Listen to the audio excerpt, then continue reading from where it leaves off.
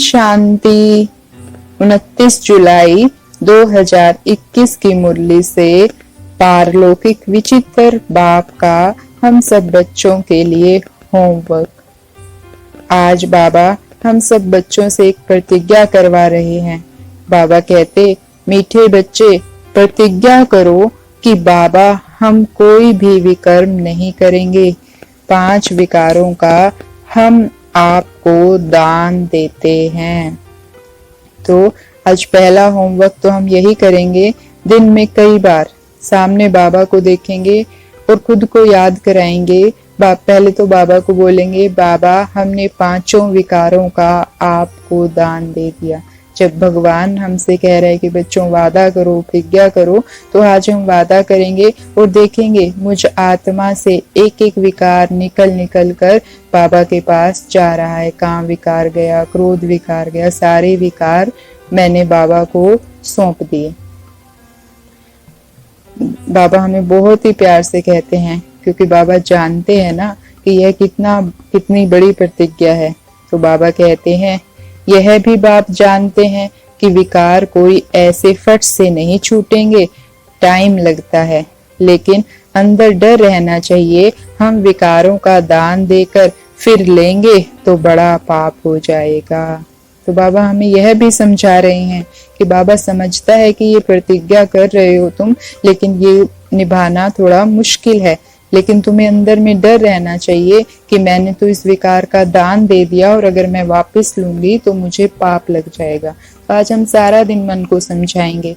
कोई भी परिस्थिति आई, कोई क्रोध आ रहा है, लोभ आ रहा है, मोह आ रहा है, कोई कामना जागृत हो रही है, तो हम बार बार मन को समझाएंगे, मन तूने तो इसका दान दे दिया भगवान को, और वापिस नहीं लेना है, दान की हुई चीज वापिस नहीं लेनी है।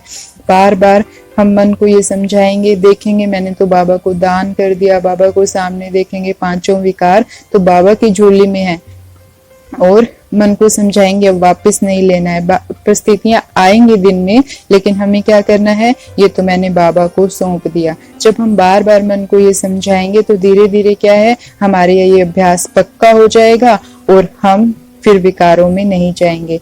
बाबा ने यह भी कहा कि सबसे बड़ा विकार है देह अभिमान का विकार, उसका दान देना कितना मुश्किल है।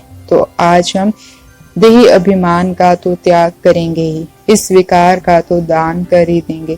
छोटी छोटी बातें, ये मैंने किया, ये मैं ही कर सकती हूँ, ये मैं तो डॉक्टर हूँ, मैं तो इंजीनियर हूँ, मैं तो ये हूँ, ये सब क्या है, देह भान में लाने वाले संकल्प हैं।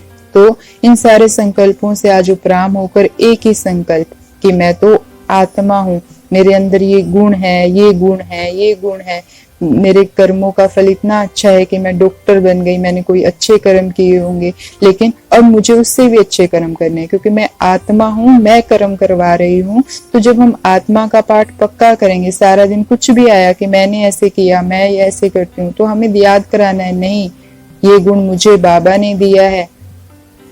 तो जब हम बार बार ऐसा करेंगे तो देह अभिमान छूटता जाएगा। जब हम बाबा से ऐसी प्रतिज्ञा करेंगे तो बाबा भी आज हमसे एक प्रतिज्ञा कर रहे हैं।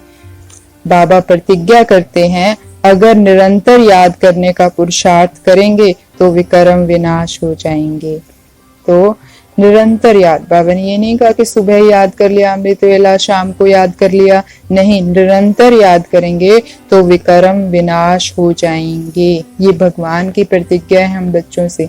तो हमें बाबा को कैसे ना कैसे याद करने का युक्तियां निकालनी है कि मैं इस कर्म में बाबा को कैसे याद करूं, इस कर्म में कैसे याद करूं, क्योंकि निरंतर याद से बाबा के कहते हैं, बाबा प्रतिज्ञा कर रहे हैं, बाबा वादा कर रहे हैं कि तुम्हारे सारे विकर्म विनाश कर दूंगा। बाबा ने यह भी कहा कि तुम गृहस्थ में रहते पवित्र रहने की बहादुरी दिखाते हो, उसके फल में तुम बहुत ऊंचा पद पाएंगे। सभी तुम्हारा ये साधु सन्यासी भी तुम पर कुर्बान जाएंगे, लेकिन इस बहादुरी के साथ साथ निरंतर याद में भी रहना है, तभी विकर्म विनाश होंगे। तो बाबा सीधा सीधा कह रहा है कि हमें नशा रहता है कि मैं धारणाओं पे चलती हूँ, मैं बाहर का नहीं खाती हूँ, मैं पवित्र रहती हूँ, लेकिन बाबा कहते हैं इन सब धारणाओं से तुम्हें बल तो मिल रहा है आत्मा को, लेकिन विकर्म विनाश नहीं हो रहे हैं। विकर्म विनाश करने का एक ही तरीका है, बाबा की निरंतर याद। बाबा इसके लिए एक आसान सा हमें युक्ति भी बता रहे हैं, वरदान दे रहे हैं।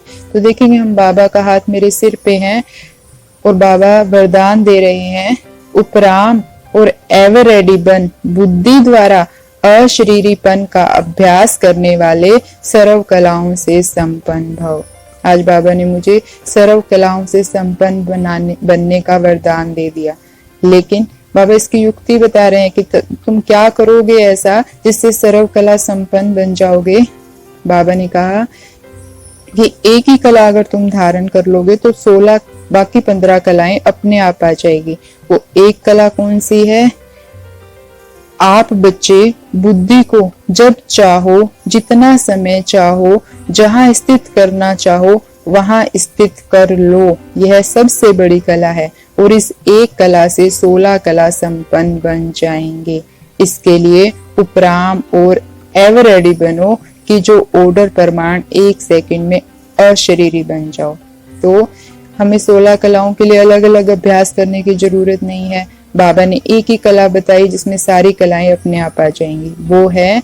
और इसका बाबा ने आज वरदान दे दिया मेरे को, तो आज मन को बार बार याद कराएंगे कि मुझे खुद भगवान ने वरदान दिया है कि मैं अपनी बुद्धि को जहां चाहूं, जितना समय चाहूं स्थित कर सकती हूँ। तो आज बार बार ऑर्डर देंगे बुद्धि को, मन को ऑर्डर देंगे, 1 सेकंड में अपने आत्मिक स्वरूप में स्थित हो जा।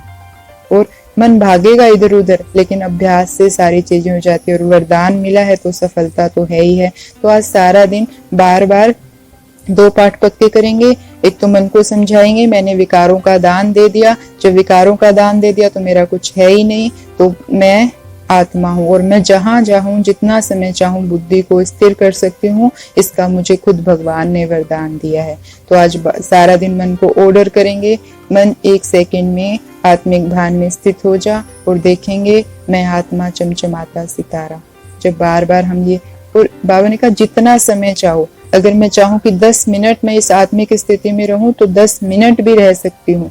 तो इसलिए हम बार बार इसको बढ़ाते जाएंगे, 1 second, 2 second, 10 second, 20 second, 1 minute. और फिर जैसे नुमा शाम और अमृत वेला बैठते हैं तो आधा घंटा पहले हम आत्मिक स्थिति का अभ्यास करें, फिर परम धाम में जाएं, क्योंकि बाबा ने हमें वरदान दिया है कि हम जितना समय चाहें, जहां चाहें वहां बुद्धि को लगा सकते हैं। तो ऐसी सहनशीलता और सरलता से भरपूर आत्माओं को ओम शांति। शुक्रिया बाबा।